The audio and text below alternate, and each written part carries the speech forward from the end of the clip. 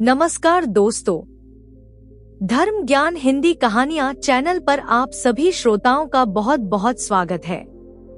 दोस्तों, पुराने समय की बात है। किसी नगर में एक राजा और उनकी रानी रहते थे। उनके पास हाथी घोड़े, दास दासियां, धन दौलत सब कुछ था। सिर्फ उनके यहाँ कोई संतान नहीं थी। इसी कारण राजा और रानी बहुत ही दुखी रहते थे। संतान प्राप्ति के लिए उन्होंने हर तरह के दान धर्म, धार्मिक अनुष्ठान, जप तप, व्रत और पूजा पाठ किए थे, लेकिन उन सब से कोई फायदा नहीं हुआ। अब राजा और रानी दोनों ही बुढ़ापे की ओर बढ़ रहे थे, जिसकी वजह से दोनों गहन चिंता में डूबे रहते थे कि हमारी मृत्यु के पश्चात हमारे इतने बड़े राज्य का क्या होगा, कौन इस राज्य का वारिस बनेगा और कौन इस राज्य की प्रजा की जिम्मेदारी लेगा। राजा रानी दिन रात इसी चिंता में घुलने लगे। दोस्तों, एक सुबह ऐसा होता है कि राजा के महल के बाहर एक साधु भिक्षा मांगने के लिए आता है, तो दासी रानी को इत्तिला करती है। दासी के कहने पर रानी चावलों से भरा छाछ लेकर साधु को भिक्षा डालने के लिए बाहर आती है और साधु की झोली में भिक्षा डालने के लिए आगे बढ़ती है। तो उसके चेहरे पर छाई उदासी को देखकर वह साधु उससे पूछता है, रानी साहिबा, क्या हुआ है? आप क्यों इतनी उदास हैं? यह सुनकर रानी की आंखों में आंसू आ जाते हैं और वह उस साधु को सारी हकीकत बताती है। उस पर वह साधु कुछ पल गंभीर हो जाता है और थोड़ी देर के लिए अपनी आंखें बंद करके रानी से कहता है, चिंता मत करो रानी साहिबा, आपकी संतान की इच्छा अवश्य पूरी हो जाएगी। बहुत ही शीघ्र आपकी कोख से एक पुत्र जन्म लेगा, परंतु वह बालक मात्र 14 साल तक के लिए ही आप लोगों को मिलेगा। उसके आगे वह इस मृत्युलोक में नहीं रह पाएगा। इससे बढ़कर आपको कुछ भी देना मेरे लिए संभव नहीं है। अपनी बात पूरी करके उसने अपनी झोली में हाथ डाला और थोड़ी सी भभूति निकालकर उसे रानी को देकर कहा, आप और महाराज दोनों इस भभूति को खीर में डालकर खाना। तुम्हें जल्द ही एक सुंदर पुत्र प्राप्ति होगी। इतना कहकर साधु अपनी राह चला गया। उसके जाने के बाद रानी सोचने लगी, 14 साल हैं, तो 14 साल ही सही, कम से कम उतने समय के लिए तो हमें पुत्र मिल जाएगा। मेरे बांझ रहने से तो यह भी अच्छा है। उतने साल तक मैं उसे अपनी जी जान से बड़ा करूंगी, उसे ढेर सारा लाड़ दुलार दूंगी और अपने पुत्र की हर इच्छा को पूरा करूंगी। उस रात राजकाज का काम खत्म करने के पश्चात संध्या समय राजा जब रानी के महल में गए, तो रानी ने राजा को सारी बात बताई और साधु की दी हुई भभूति राजा को दिखाकर बोली, महाराज, एक साधु महाराज ने यह भभूति हम दोनों को खाने के लिए दी है और कहा है कि इसको खाने से हमें अति शीघ्र एक पुत्र की प्राप्ति होगी। रानी की बात सुनकर राजा बोले, हमने इतना दान धर्म किया, इतना जप तप किया, जब उसका कोई फल नहीं मिला, तो क्या इस भभूति से हमें संतान प्राप्ति होगी? उस पर रानी बोली, महाराज, जब इतना सब कुछ किया है, तो अब यह भी सही, एक बार इस भभूति को भी खाकर देख लेते हैं। शायद इसी से हमारा कुछ भला हो जाए। हमारे कर्म तो वैसे ही इतने खराब हैं, फिर खामख्वा उस साधु के क्रोध को भी क्यों बुलावा दें। राजा को अब किसी पर भी विश्वास नहीं था, परंतु रानी के मन को कोई ठेस ना पहुंचे, इसलिए उन्होंने साधु की दी हुई उस भभूति को खा लिया। दोस्तों, कुछ दिन गुजरने के बाद साधु के कहे अनुसार रानी गर्भवती हो जाती है। अब तो राजा और रानी दोनों की खुशी गगन में नहीं समाती थी। राजा मन ही मन उस साधु का शुक्रिया अदा करता। और रानी से कहता, महारानी, हमारे ऊपर तो सचमुच ही उन साधु महाराज की कृपा हो गई है। पूरे 9 महीने 9 दिन और 9 घंटे पूरे होने के बाद रानी ने एक बहुत सुंदर गोरे चिट्टे पुत्र को जन्म दिया। राजा ने बड़ी धूमधाम से पुत्र का नामकरण किया। सारे राज्य में 8 दिन तक उत्सव मनाया गया। गरीबों और ब्राह्मणों को भर भर के दान दिया गया। अब राजा ने अपने पुत्र की कुंडली देखने के लिए राज्य के सबसे विद्वान पंडित को बुलाया। राजपुत्र की कुंडली देखकर पंडित जी बड़े चिंतित हो गए और कहने लगे, महाराज, हमारा यह राजपुत्र सिर्फ 14 साल तक ही हमारे पास रहेगा। राजा को इस बात की भनक पहले से ही थी। रानी को भी साधु महाराज की बात अच्छे से याद थी, इसलिए पंडित की बात सुनकर वे दोनों चुप रह जाते हैं। उसके बाद राजा और रानी बड़े ही लाड प्यार से अपने बेटे की परवरिश करते हैं, उसकी हर ख्वाहिश को पूरा करते हैं। थोड़े समय के लिए ही सही, किंतु भगवान ने उनकी संतान प्राप्ति की मुराद कम से कम पूरी तो कर दी थी। इसे वे परमात्मा का बहुत बड़ा उपकार मानते हैं। जैसे जैसे दिन गुजरते हैं, वैसे वैसे राजपुत्र दिन प्रतिदिन बड़ा होता है। जब वह 7 साल का हुआ तो राजा ने एक अच्छे गुरु की नियुक्ति करके उसे पढ़ाई लिखाई, राजशास्त्र, शस्त्र विद्या, घुड़सवारी इत्यादि की शिक्षा दिलाई। जब वह राजपुत्र सभी प्रकार की शास्त्र विद्याओं में पारंगत हो गया और 12 साल की उम्र का हुआ, तब राजा ने एक अच्छी सी राजकन्या खोजकर बहुत ही धूमधाम से अपने पुत्र का विवाह कर दिया। धीरे धीरे 2 साल और बीत गए। अब राजपुत्र का 14वां साल शुरू हो गया था। एक दिन वह अपने पिता से बोला, पिताजी, मैं अपना सारा राज्य घूमकर देखना चाहता हूँ। आज तक मैंने सिर्फ इस राजवाड़े के अतिरिक्त और कुछ नहीं देखा है। अपने पुत्र की बात सुनकर राजा चिंतित हो गया, क्योंकि पुत्र को 14वां साल शुरू हो चुका था। अब कोई अनहोनी होने का वक्त भी नजदीक आ पहुंचा था। लेकिन राजा ये सारी बातें अपने पुत्र को बता नहीं सकता था। अब वह क्या करता? पुत्र की इच्छा के सामने मजबूर हो गया और अपने चेहरे पर एक बनावटी मुस्कान लाकर बेटे से बोला, हाँ हाँ बेटा, जरूर जाओ। आखिर यह सब तुम्हारा ही तो है। तुम्हें अपना सारा राज्य घूमकर देखना भी चाहिए। कहाँ कहाँ क्या क्या है, यह सब तुम्हें जरूर जानना चाहिए, क्योंकि कल को मेरे बाद तुम्ही को तो राजा बनना है। बस तुम एक बात का ध्यान रखना कि तुम कहाँ जा रहे हो, क्या कर रहे हो। यह बात अपनी पत्नी को नहीं बताना, नहीं तो वह बेकार में ही फिक्र करेगी। राजपुत्र ने कहा, ठीक है पिताजी, आपने जैसा कहा है मैं वैसा ही करूंगा। इसके बाद वह राजपुत्र दिन भर अपनी पत्नी के साथ मौज मस्ती करता, खुशियां मनाता और रात को ठीक 12 बजे बिस्तर से उठकर बाहर चला जाता था। फिर पौ फटने से पहले वापस अपने महल में आकर सो जाता था। बहुत दिनों तक ऐसे ही चलता रहा। धीरे धीरे 2 साल और बीत गए। अब राजपुत्र का 14वां साल शुरू हो गया था। एक दिन वह अपने पिता से बोला, पिताजी, मैं अपना सारा राज्य घूमकर देखना चाहता हूँ। आज तक मैंने सिर्फ इस राजवाड़े के अतिरिक्त और कुछ नहीं देखा है। अपने पुत्र की बात सुनकर राजा चिंतित हो गया, क्योंकि पुत्र को 14वां साल शुरू हो चुका था। अब कोई अनहोनी होने का वक्त भी नजदीक आ पहुंचा था। लेकिन राजा ये सारी बातें अपने पुत्र को बता नहीं सकता था। अब वह क्या करता? पुत्र की इच्छा के सामने मजबूर हो गया। और अपने चेहरे पर एक बनावटी मुस्कान लाकर बेटे से बोला, हाँ हाँ बेटा, जरूर जाओ।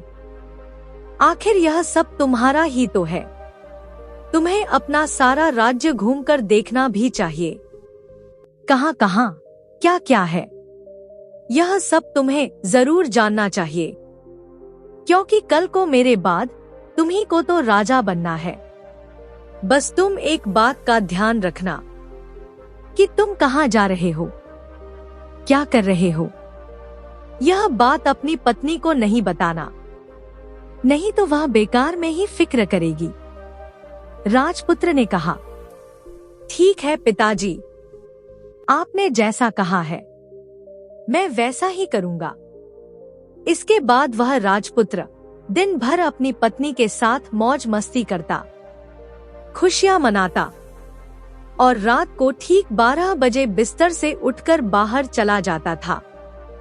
फिर पौ फटने से पहले वापस अपने महल में आकर सो जाता था। बहुत दिनों तक ऐसे ही चलता रहा। अब पुत्र का 14वां साल खत्म होने में कुछ दिन ही बाकी बचे थे। उनके राज्य में एक फूल बेचने वाली बूढ़ी मालिन रहती थी। वह हमेशा छोटी रानी को फूल देने के लिए उसके महल में आती थी।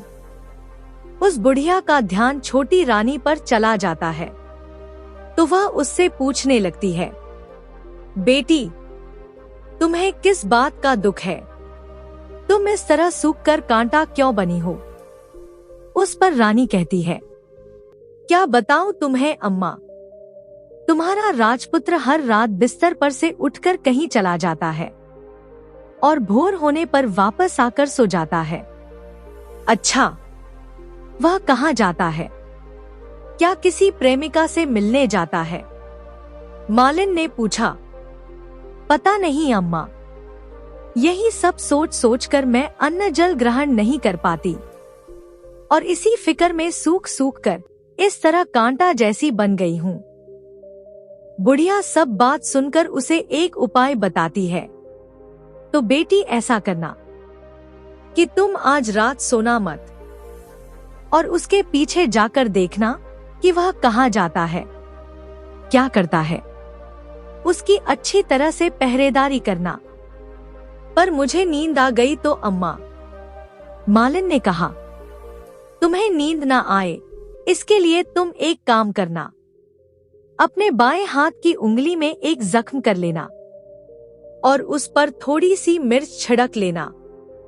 उससे तुम्हें बड़ी जलन होगी, जिसकी पीड़ा से तुम्हें रात भर नींद नहीं आएगी। छोटी रानी बुढ़िया के कहे अनुसार वैसा ही करती है। उंगली की जलन से बड़ी देर तक उसे नींद नहीं आती, लेकिन बाद में वह सो जाती है। दूसरे दिन सुबह बुढ़िया फूल लेकर फिर उसके महल में पहुंची और राजवधू से पूछने लगी, क्या हुआ बेटी, तुम जान पाई क्या? तुम्हारा पति कहाँ जाता है? रानी कहती है, नहीं अम्मा, पहले कुछ समय तो जलन के कारण मुझे नींद नहीं आई, पर कुछ देर पश्चात मैं सो गई। बुढ़िया बोली, कोई बात नहीं बेटी, आज तुम अपनी उंगली पर पहले से थोड़ा बड़ा जख्म कर लेना और थोड़ी ज्यादा मिर्च लगाना, तब तुम्हें बिल्कुल नींद नहीं आएगी। अगले दिन रानी वैसे ही करती है, परंतु आज भी वह अपने पति के बिस्तर से उठकर बाहर निकलते समय तक ही जाग पाई और उसके पीछे नहीं जा सकी, क्योंकि उसकी आंखें उस समय तक मुंद गई थी। दूसरे दिन सुबह बुढ़िया फिर से आती है, किंतु आज तो उसके पूछने से पहले ही रानी रोकर कहने लगी, अम्मा, मैं आज भी उनकी पहरेदारी ठीक तरह से नहीं कर पाई। बुढ़िया ने उसे फिर से समझाया और कहा, रो नहीं बेटी, सब कुछ ठीक हो जाएगा। तुम आज रात अपनी उंगली पर और बड़ा जख्म करना और उस पर ज्यादा मिर्च छिड़क लेना, और जैसे ही तुम्हारा पति जाने के लिए निकले तो तुम उसका रास्ता रोककर पूछ लेना कि वह रोज रात को उठकर कहाँ जाता है। मालिन ने जैसा बताया, रानी ने वैसा ही किया। आज रात उसे दर्द के मारे बिल्कुल नींद नहीं आई, और जब उसका पति रात को 12 बजे बिस्तर से उठकर अपने कक्ष से बाहर जाने लगा, तो रानी ने दौड़कर अपने पति का रास्ता रोक लिया और पूछने लगी, आप इतनी रात को उठकर कहाँ जा रहे हो? किससे मिलने जा रहे हो? मुझे बताओ। राजपुत्र ने उसे समझाने की बहुत कोशिश की और कहा, देखो, अगर मैंने तुम्हें यह सब बता दिया तो मैं तुम्हें दोबारा कभी नहीं मिल पाऊंगा। रानी बोली, कोई बात नहीं, ना मिल पाओ तो ना सही, लेकिन आप रात के समय कहाँ जाते हो, यह तो आपको मुझे बताना ही पड़ेगा। राजपुत्र निरुत्तर हो गया। पत्नी की जिद के आगे उसकी एक ना चल सकी। ठीक उसी समय उसका 14वां साल खत्म होकर 15वां साल लगने वाला था। उसने सोचा, जो होता है वह हो जाने दो। उसने रानी से कहकर 2 मुट्ठी चावल मंगवाए और उन्हें मंत्रों से सिद्ध करके अपनी पत्नी को देकर कहा, इन चावलों के दानों को दोनों हाथों की मुट्ठी में पकड़ लो। पहले दाएं हाथ में पकड़े हुए चावलों को मेरे ऊपर फेंकोगी तो तुम्हें पता चल जाएगा कि मैं कौन हूँ, और पता चलने के बाद अपने बाएं हाथ में पकड़े हुए चावलों को मेरे ऊपर फेंक देना। ऐसा करने से मैं जैसा था वैसा ही तुम्हें मिल जाऊंगा।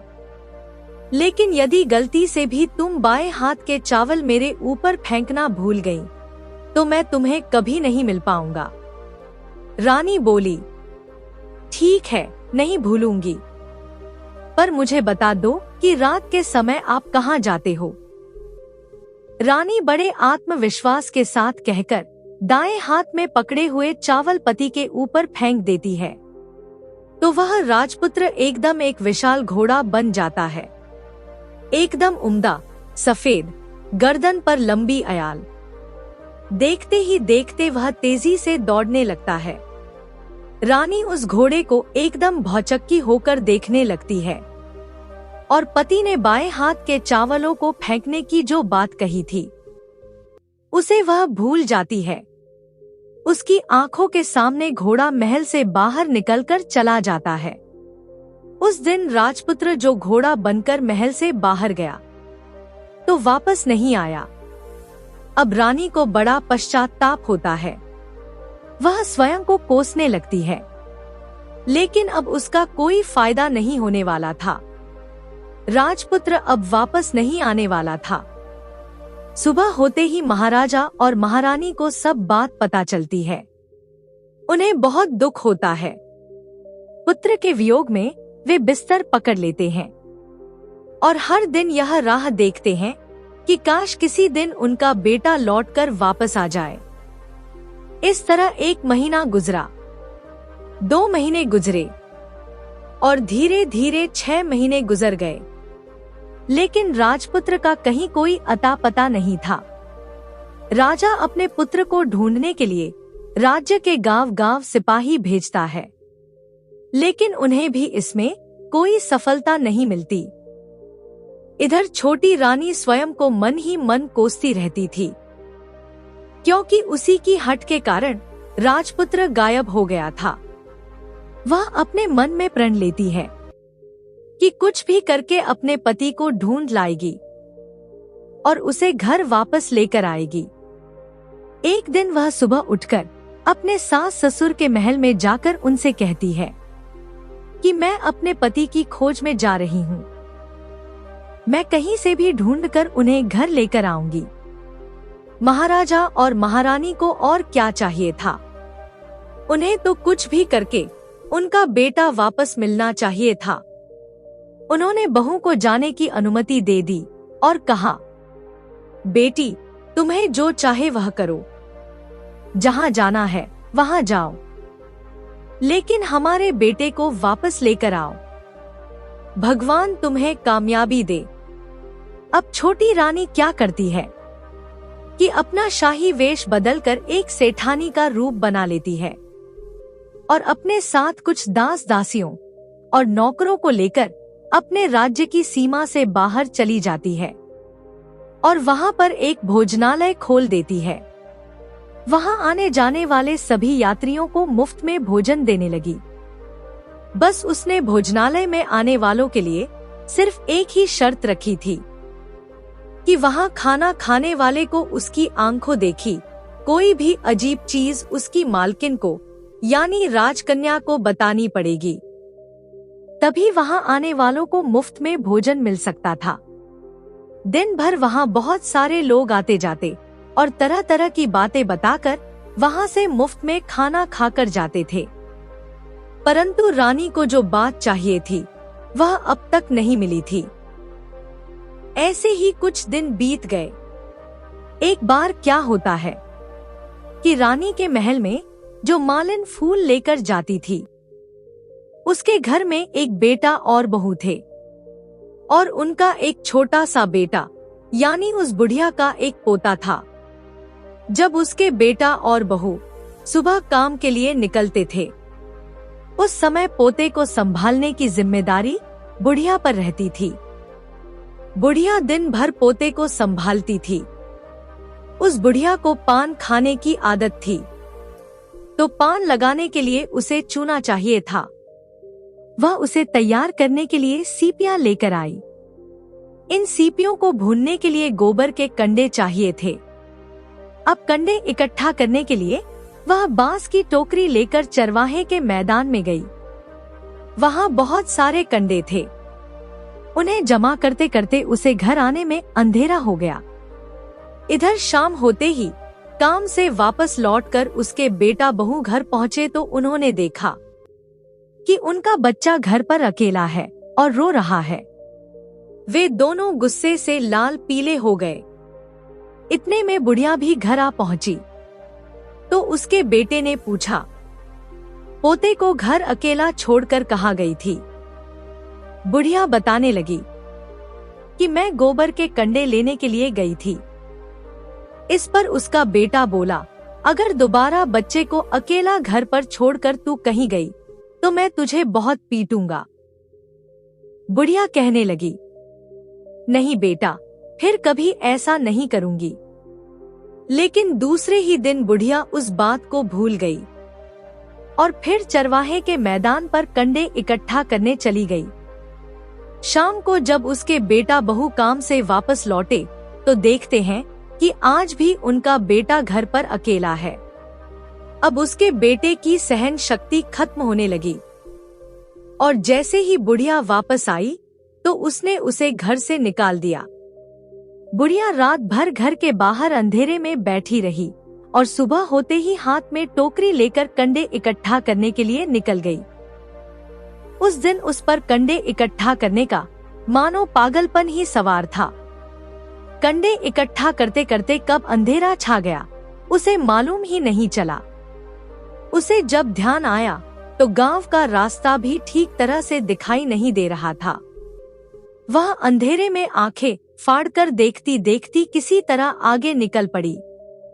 आगे चलकर उसने देखा कि एक कपिला गाय छन छन की आवाज करती हुई गले की घंटी बजाते हुए ठुमक ठुमक कर उस मैदान पर आ गई। उसे देखकर बुढ़िया सोचने लगी कि अगर मैं फोन इस गाय के पीछे पीछे जाऊंगी तो गांव तक तो पहुंच ही जाऊंगी। तब बुढ़िया उसके पीछे पीछे जाने लगी। गाय ने उस मैदान से लेकर एक एक करके 6 मैदान पार किए। आखिर में वह 7वें मैदान पर पहुंच गई। तो वहां क्या होता है कि उस मैदान के बीच में एक बड़ा सा पत्थर पड़ा हुआ था। गाय ने जाकर उस पत्थर पर अपना सींग मारा। गाय का सींग छूते ही वह पत्थर दूर हट गया और पाताल में नीचे जाने की सीढ़ियां दिखाई देने लगी। तब वह गाय उन सीढ़ियों से नीचे उतरने लगी। बुढ़िया वह सब देख रही थी। उसने झट से जाकर गाय की पूंछ को पकड़ लिया और पूंछ पकड़कर वह गाय के साथ नीचे पाताल में पहुंच गई।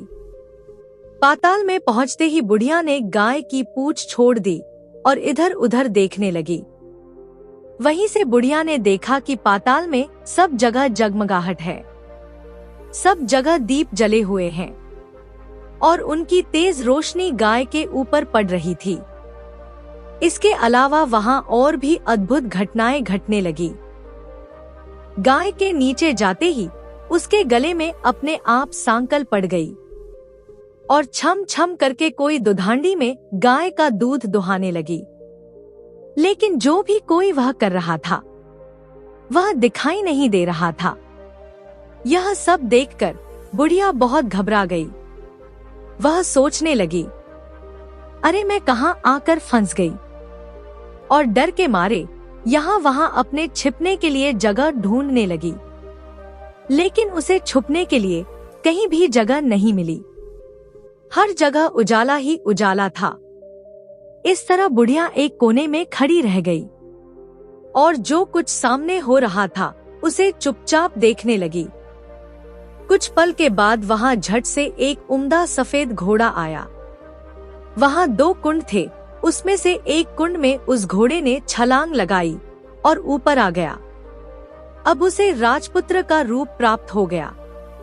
राजपुत्र बनने के बाद उसने दूसरे कुंड के पानी में स्नान किया और वहां रखे नए कपड़े पहने। नजदीक ही एक सुंदर पलंग बिछा था। फिर वह उस पर आकर बैठ गया और उसके सामने अपने आप 5 पकवानों की थाली आ गई। दूध की एक प्याली आ गई, पान सुपारी आ गए। उसके सामने एक दिया जल रहा था। राजपुत्र ने पहले खाना खाया, फिर दूध पिया और फिर पान सुपारी खाए। इसके बाद बिस्तर पर लेटने से पहले सूर्यदेव का स्मरण करके अपने सामने जलते दिए से पूछा, दिए दिए दीपांकर, मेरे माता पिता क्या कर रहे हैं? दिया बताने लगा, बेटे के शोक में डूबे हुए हैं। अच्छा, फिर मेरा राज्य कौन संभाल रहा है? राज्य को प्रधान संभालता है। तब मेरी पत्नी क्या करती है? उसने चौराहे पर भोजनालय शुरू किया है और आते जाते लोगों से नई खबर के बारे में पूछती है। दिए के यह कहते ही राजपुत्र ने कहा, ठीक है। उसके बाद वह सो गया। बुढ़िया कोने में खड़ी रहकर यह सब देखती रही। ऐसी अद्भुत घटना उसने अपने जीवन में पहली बार देखी थी। उसे अंदर ही अंदर चुलबुलाहट होने लगी। वह अपनी भूख प्यास भूल गई और इसके आगे क्या होता है उसे उत्सुकता भरी नजर से देखने लगी। लेकिन राजपुत्र के सोने के बाद और कुछ घटनाएं नहीं घटती। रात गुजर गई और सुबह हो गई। सुबह होने पर पलंग पर सोया राजपुत्र उठा और फिर से पहले वाले कुंड में छलांग लगाई। अब वह फिर से घोड़ा बनकर कुंड से बाहर आ गया। बाहर आते ही वह तेजी से उस पाताल नगरी से बाहर निकल गया।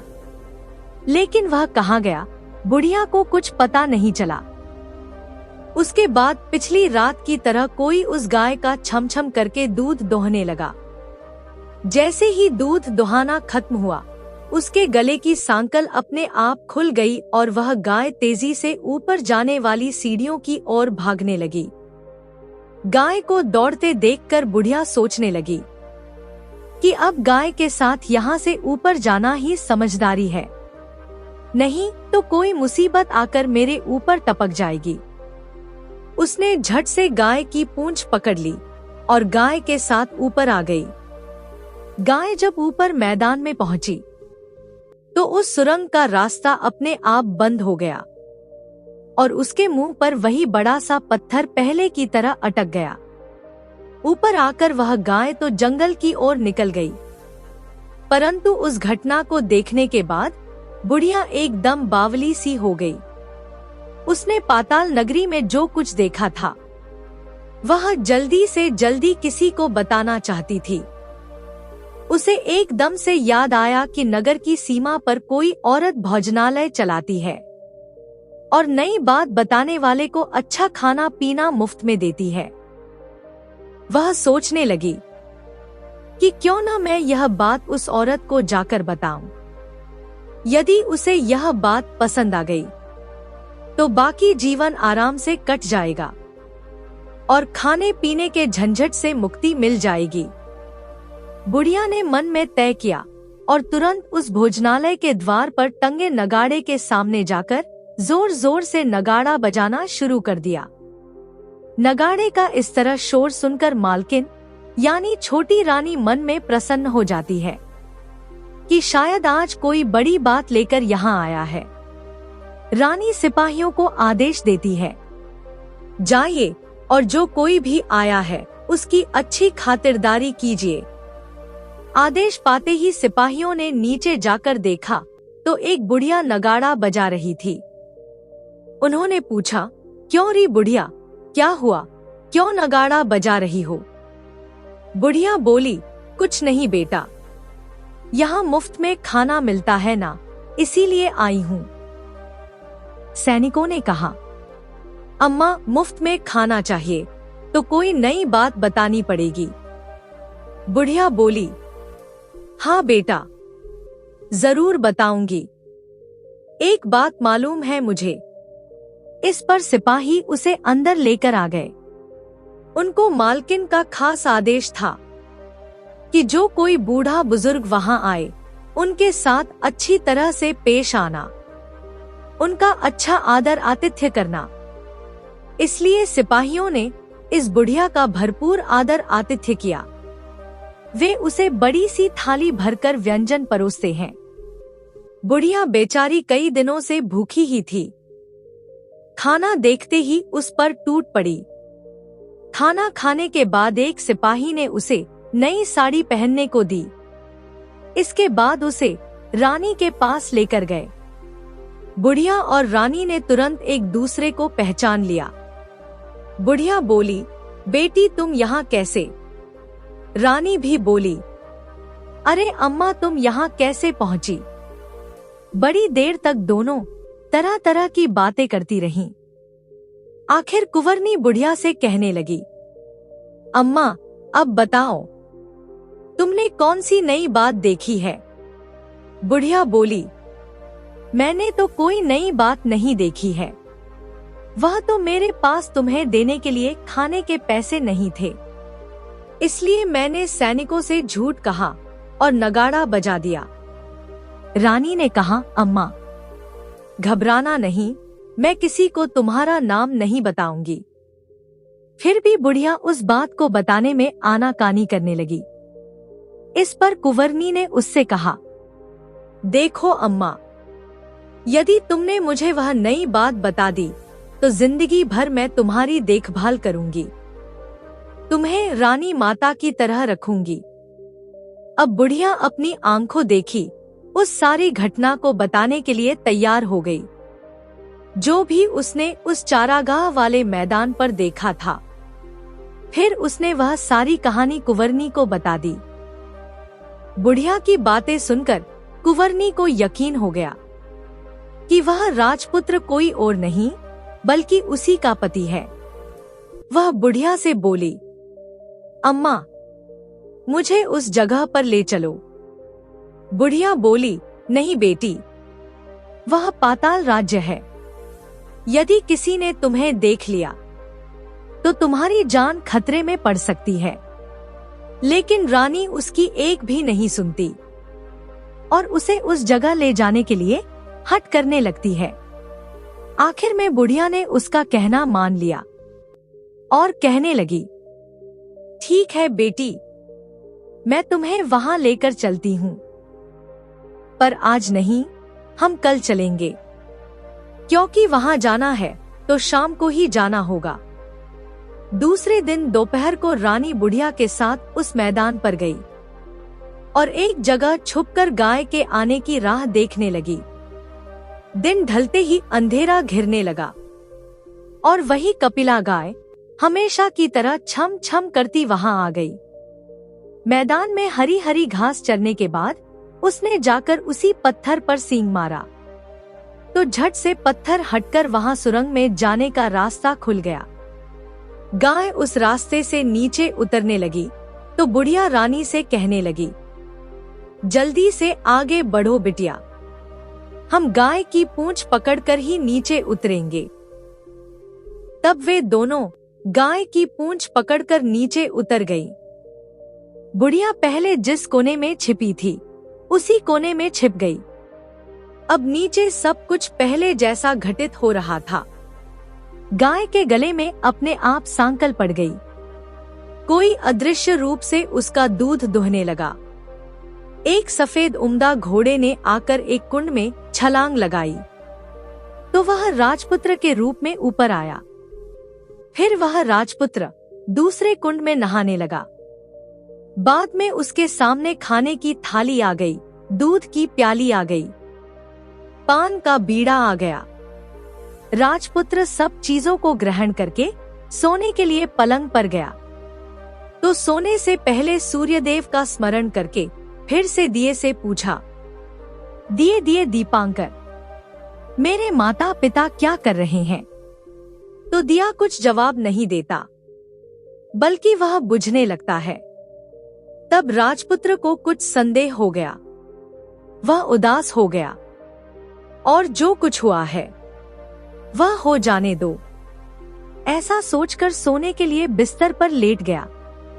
अब रानी का संयम छूट गया। वह दौड़कर पति के पास गई और उसके पैर पकड़ने के लिए आगे बढ़ने लगी। राजपुत्र तुरंत ही पत्नी को पहचान गया और झट से पीछे हटकर बोला, नहीं नहीं, मुझे मत छूना वरना सर्वनाश हो जाएगा।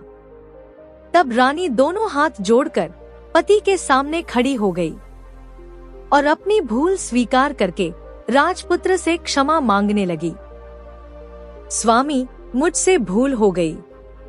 मुझे आपसे नहीं पूछना चाहिए था कि आप रात को कहाँ जाते हो। मैं अपनी भूल स्वीकार करती हूँ। मुझे मेरी भूल की सजा मिल गई है। अब आप घर चलें।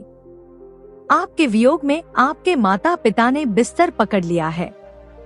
आपकी प्रजा भी बहुत दुखी है। इस पर राजपुत्र कहने लगा, वही तो एक बार तुम गलती कर बैठी हो, अब दोबारा मत करना, नहीं तो अब मैं तुम्हें जो दिख रहा हूँ वह भी नहीं दिखूंगा। रानी दुखी होकर विलाप करने लगी। जोर जोर से जमीन पर सिर पटकने लगी। राजपुत्र के मन में उसके प्रति दया उत्पन्न हो गई। वह उससे कहने लगा, यदि तुम मुझे दोबारा पाना चाहती हो तो तुम्हें एक काम करना होगा। यह काम बहुत कठिन है और यह तुम्हें अकेले ही करना होगा। कहो स्वामी, कितना भी कठिन काम हो मैं उसे पूर्ण करूंगी। तब राजपुत्र ने उसे बताया, इस पाताल से ऊपर जाते ही तुम्हें एक घना जंगल नजर आएगा। ऐसे 6 जंगल पार करने के बाद ऐसा ही एक 7वां जंगल मिलेगा। वह जंगल सबसे घना है। उस जंगल में बीचों बीच एक पीपल का पेड़ है।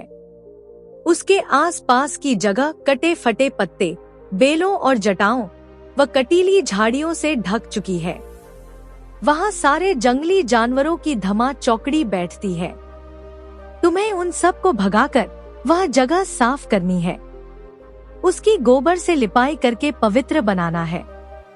फिर उसे रंगोली से सजाना है। उसके बाद वहाँ धूप, कपूर, अगरबत्ती जलानी है। फूल कुमकुम से पेड़ के तने की पूजा करनी है। दूध दही से बने चावल का भोग चढ़ाना है। और ये सब तुम्हें दोपहर को 12 बजने के पहले करना है। 12 बजने के समय तुम्हें उस जगह पर बैठकर सूर्य भगवान का ध्यान करना है। ठीक 12 बजे सूर्य भगवान का रथ वहां उतरेगा। वे यह सब देखकर खुश हो जाएंगे और कहेंगे कि जिस किसी ने भी यह सब किया है मैं उसे मनचाहा फल दूंगा। तब तुम सूर्य भगवान के सामने जाकर उनके रथ का दाहिना घोड़ा मांग लेना, तब मैं तुम्हें मिल जाऊंगा। इतनी बात कहकर राजपुत्र अपने पलंग पर लेटकर सो गया और छोटी रानी भोर होने की राह देखने लगी। भोर होते ही वह बुढ़िया के साथ गाय की पूंछ पकड़कर ऊपर आ गई। ऊपर आने के बाद वह बुढ़िया से कहने लगी, अम्मा, अब मैं अकेले ही आगे जाऊंगी, तुम भोजनालय को वापस लौट जाओ। इसके बाद रानी जंगल में जाकर राजपुत्र की बताई जगह ढूंढने लगी और स्वयं ही आरी लेकर वह जगह साफ कर दी। बाद में राजपुत्र ने जैसे बताया था वैसे ही उस जगह की लिपाई पुताई करके वापस आ गई। दूसरे दिन पौ फटने से पहले उठी और जंगल में उस जगह पर पहुंची। वहां जाकर उसने इत्र और गुलाब का पानी छिड़ककर वह जगह सुगंधित की, धूप और अगरबत्ती जलाकर उसे पवित्र किया और पूजा की सब सामग्री वहां तैयार रखकर सूर्य भगवान का ध्यान करने बैठ गई, जैसा कि पति ने बताया था। दोपहर को ठीक 12 बजे सूर्य भगवान का रथ उस पीपल के पेड़ के नीचे आकर रुकता है।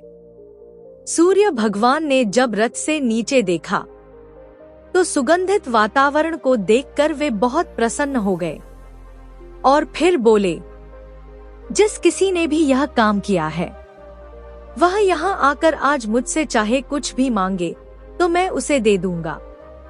रानी ने जब ये शब्द सुने तो बिना समय गवाए दौड़कर उनके सामने आ गई और उनको साष्टांग नमस्कार करके बोली, भगवान, वह मैं ही हूँ, मैंने ही यह जगह साफ की है।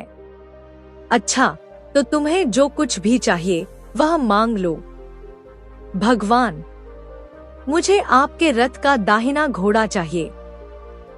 सूर्य भगवान बोले, नहीं नहीं, इसके अलावा मैं तुम्हें और कुछ भी दे सकता हूँ, लेकिन यह घोड़ा नहीं दे सकता। मेरे रथ के 12 घोड़े हैं, तुम चाहो तो और कोई सा भी घोड़ा मांग लो, लेकिन यह दाहिना घोड़ा नहीं, वह मैं तुम्हें नहीं दे सकता। छोटी रानी ने एक नहीं सुनी, वह सूर्यदेव से एक ही बात कहती रही, अगर आप देना चाहते हैं तो मुझे अपने रथ का वही दाहिना घोड़ा दे दीजिए, वरना मैं आपके पैरों में गिरकर अपनी जान दे दूंगी। अब सूर्यदेव धर्म संकट में पड़ गए, क्योंकि उन्होंने वचन दे दिया था। अब अपने वचन से पलट भी तो नहीं सकते थे। अंत में सूर्य भगवान ने कहा, ठीक है, दे दिया तुम्हें घोड़ा। फिर सूर्य देव ने कहा, देखो, मैंने तुम्हें यह घोड़ा दे तो दिया है, लेकिन वह तुम्हें यहाँ नहीं मिलेगा, तुम्हें उसे पाताल में जाकर लाना होगा। रानी बोली, पाताल में क्या भगवन, मैं उन्हें पाने के लिए कहीं भी जा सकती हूँ। रानी को वचन देकर सूर्य देव अपने मार्ग चले गए और इधर रानी जंगल से अपने भोजनालय में आ गई। फिर वह बुढ़िया को लेकर उस मैदान पर आ गई। जल्दी ही शाम हो गई। शाम होते ही वह कपिला गाय वहां आ गई और उसने सींग मारकर सुरंग का पत्थर हटाया और नीचे उतरने लगी। रानी और बुढ़िया भी जल्दी जल्दी उसकी पूंछ पकड़कर नीचे उतर गईं। नीचे पाताल में सब घटनाएं पहले की तरह ही घटने लगी। घोड़े का एक कुंड में नहाकर राजपुत्र बन जाना, नहा धोकर पलंग पर जाकर बैठना, फिर उसके सामने खाने की थाली, दूध की प्याली और पान का बीड़ा आना। लेकिन आज एक बात नई और घटी। आज उसके सामने खाने की 2 थाली, 2 दूध की प्याली और 2 पान के बीड़े आए। यह देखकर राजपुत्र कुछ नहीं बोला। वह अपने हिस्से की थाली खाकर, दूध पीकर और पान का बीड़ा चबाकर सोने चल दिया और सोने से पहले हमेशा की तरह दिए से पूछने लगा, दिए दिए दीपांकर, बता मेरे माता पिता क्या कर रहे हैं? दिए ने बताया, वे दोनों तुम्हारे शोक में मरने की स्थिति में पहुंच गए हैं। ऐसा सुनते ही राजपुत्र की आंखों से आंसू टपकने लगे। फिर वह पूछने लगा, दिए दिए दीपांकर, फिर मेरा राज्य कौन चला रहा है? तुम्हारा राज्य प्रधान चला रहा है और वह सब कुछ हड़प चुका है। वह प्रजा पर बहुत अत्याचार कर रहा है। यह सुनकर राजपुत्र को बहुत गुस्सा आया। वह गुस्से से अपनी मुट्ठी भींचने लगा और अपनी पत्नी के बारे में पूछने लगा। दिए दीपांकर, मेरी पत्नी क्या कर रही है? इस बार दिया कुछ नहीं बोला और चुपचाप रहा, परंतु अब रानी का संयम जवाब दे गया। वह दौड़कर पति के गले से लिपट गई। तब राजपुत्र ने कहा, अब मैं तुम्हें मिल गया हूँ। रानी आंखों में आंसू भरकर बोली, आप फिर से घोड़ा तो नहीं बनेंगे ना? नहीं, अब मैं दोबारा घोड़ा नहीं बनूंगा। तुमने मुझे पाने के लिए इतने सारे कष्ट जो उठाए हैं, इसलिए सूर्य देव ने मुझे सदा के लिए घोड़े के जन्म से मुक्त कर दिया है। राजपुत्र ने बड़े प्यार से कहा और उसे गले से लगाकर उसके आंसू पोंछ दिए। कुछ देर पश्चात भोर हो गई तो गाय की सांकल टूटकर वह ऊपर भूलोक पर जाने लगी। रानी, राजपुत्र और बुढ़िया तीनों उसकी पूंछ पकड़कर ऊपर आ गए। ऊपर आने पर वे सीधे भोजनालय में पहुंचे। वहां का सब सामान लोगों में बांट दिया और उसको ताला लगाकर अपने राज्य में लौट गए। राजपुत्र को वापस आता देखकर प्रधान घबरा गया। राजपुत्र ने उसे बंदी बनाकर कैदखाने में डाल दिया और राज्य की बागडोर अपने हाथ में ले ली। उसके बाद वह अपने माता पिता से मिलने उनके महल में गया। तब राजपुत्र क्या देखता है कि उसके माता पिता उसके शोक में अस्थिपंजर बने हुए हैं। अपने पुत्र को वापस आया देखकर मरणासन्न राजा और रानी की आंखों से टप टप आंसू बहने लगे। दोनों ने उत्सुकता पूर्वक पुत्र को गले से लगाया और उसे प्यार से सहलाया। पुत्र के सही सलामत लौट आने के बाद उनकी सेहत में एकदम से सुधार आ गया। दोनों अपने पुत्र व पुत्र वधू को मुंह भर भर कर आशीष देने लगे। राजपुत्र के आने की खबर राज्य भर में फैल गई। सारे राज्य की प्रजा खुशी से फूली नहीं समाई। अब महाराजा ने अपने पुत्र का राज्याभिषेक करके उसे सिंहासन पर बिठा दिया और पुत्र वधू को महारानी का दर्जा दे दिया और स्वयं अपनी पत्नी के साथ ईश्वर का स्मरण करके खुशी से दिन बिताने लगे। महाराजा बना राजपुत्र अच्छी तरह से राज्य चलाने लगा और अपनी पत्नी के साथ सुख शांति से जीवन बिताने लगा। उस बुढ़िया को भी रानी ने अपने पास महल में ही रख लिया और अपनी सास की तरह उसकी भी अच्छी तरह से देखभाल करने लगी। बुढ़िया और उसके बुढ़ापे के दिन खुशी से गुजरने लगे। दोस्तों, कहानी अच्छी लगी हो तो वीडियो को लाइक करके हमारे चैनल को सब्सक्राइब भी जरूर कर लीजिएगा, ताकि हमारी अगली वीडियो का नोटिफिकेशन आपके पास सबसे पहले पहुंच सके। धन्यवाद दोस्तों।